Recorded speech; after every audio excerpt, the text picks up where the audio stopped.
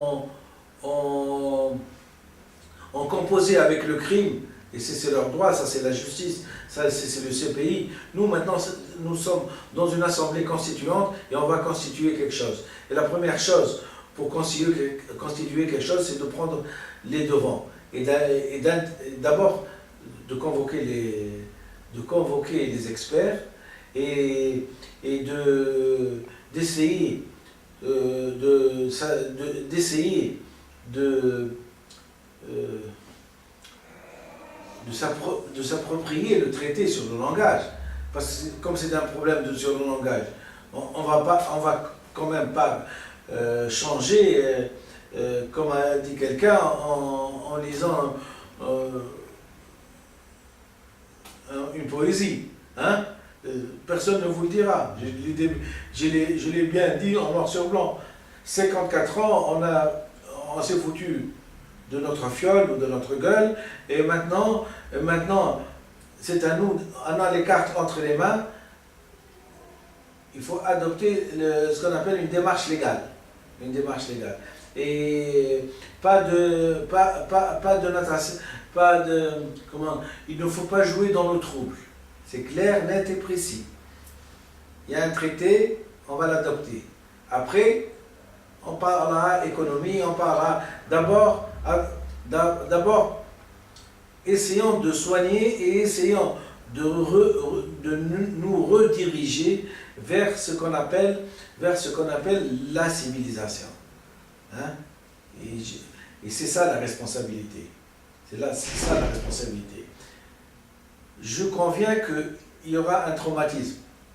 Mais est-ce qu'on doit être toujours conforme à des gens qui nous ont trahis dans le sens de l'écriture? Non. Il faut prendre les devants, il faut annoncer aux gens que désormais nous allons parler une langue qui est reconnue par l'inconscient et que nous allons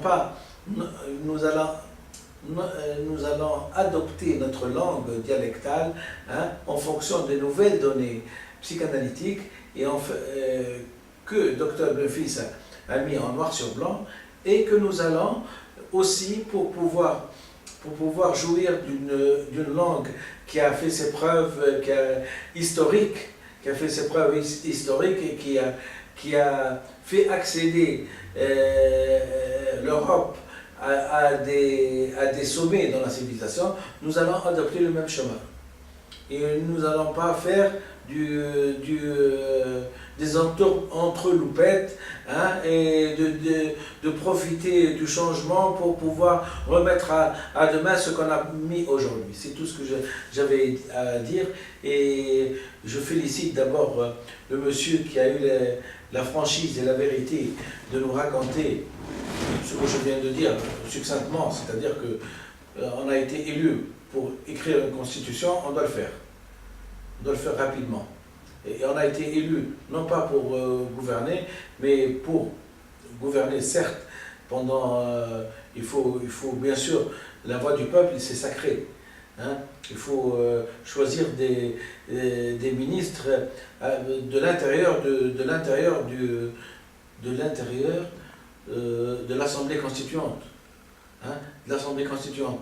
Et encore faut-il que, d'abord, que les gens sachent où on va. Et donc, il est rapide de convoquer des experts. Il ne faut pas perdre de temps.